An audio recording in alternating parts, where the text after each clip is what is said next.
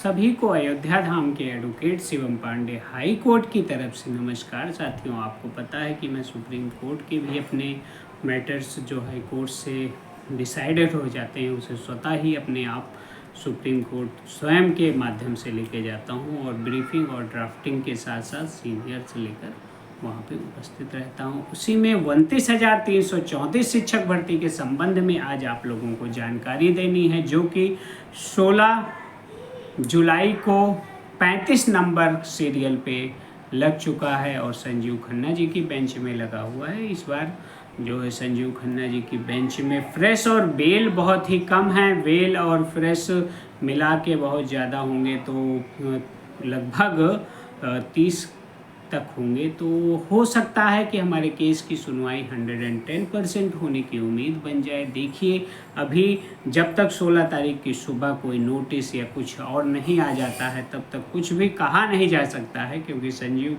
Khanna sir वो most senior हैं। कभी भी अगर संविधान पीठ बैठती है तो उनका बुलावा आ जाता है, लेकिन अभी तक कोई भी ऐसी जानकारी नहीं प्राप्त हुई है, कॉन्स्टिट्यूशन बेंच की भी नहीं हुई है। अतः रेगुलरली राइज जो बेंच है वह 16 तारीख को ज़रूर बैठेगी और कोर्ट नंबर 2 में हमारी सुनवाई होने की प्रबल संभावना दिख रही है। सरकार को भी हमारे तरफ से कई बार लेटर दिए गए। हमारे मित्र साथी दुर्गेश जी सचिव के पास 2 बार गए थे, जिसमें एक बार मैं भी उनके साथ गया था। आज ही सिद्धांत गर्ग और राजेंद्र सिंह जी दोनों लोगों ने मुख्यमंत्री जी को भी अपना लेटर रिसीव कराया है। तो हम सने सने आगे बढ़ रहे हैं और चीज़ों को सही दिशा में लेकर चल रहे हैं। और 29,334 शिक्षक भर्ती में जो काउंसलिंग नहीं हो पाई है और लगभग 4,000 से अधिक सीटें खाली हैं, उन सीटों पर अगर पेटिशनर्स का ग्रीवियंस बन जाता है तो 110% सफलता सभी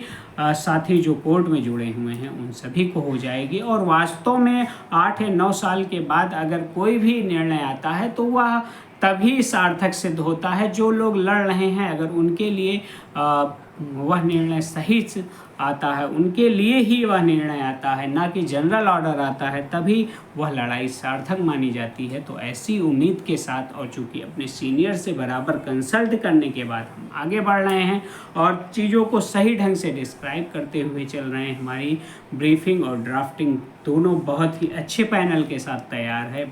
ईश्वर अगर हम लोगों के साथ रहे तो 16 को अगर सुनवाई हो जाती है, क्योंकि इफ़ बट माननीय न्यायालय में चाहे वह हाई कोर्ट हो या सुप्रीम कोर्ट हो लगा रहता है, सुनवाई होने की पॉसिबिलिटीज़ उसी दिन क्लियर होती हैं। तो उसमें कहीं भी ना तो सरकार का रोल आता है और ना जो अभ्यर्थी हैं उनके पैरोकार या उनके वकीलों का रोल आता है। वह कोर्ट के ही प्रक्रिया पर डिपेंड करती है। सरकार सिर्फ यह चाहे तो चूँकि वहाँ पर वादी है तो सरकारी वकील अगर चाहें तो मेंशन करवा के पेटिशनर्स के रूप में केस को जल्दी डिसाइड कराने की प्रेयर कर सकते हैं। लेकिन अगर सरकार की तरफ से कोई ऑब्जेक्शन या कोई भी इस प्रकार की प्रक्रिया नहीं आती है तो डेट आगे जनरलाइज कंप्यूटराइज हो जाएगी। वह सेक्शन से अपने आप डेट लगती है। वहाँ पे किसी भी वकील का, चाहे वह गवर्नमेंट के हों चाहे वे अभ्यर्थियों के हों, तो उनका कहीं भी कोई भी रोल ऐसा नहीं आता है। क्योंकि बार बार मैंने देखा है कि अभ्यर्थी बार बार कहते हैं कि अगर वकील चाहे तो सुनवाई हो जाए, लेकिन वकील की भी एक अपनी लिमिट होती है और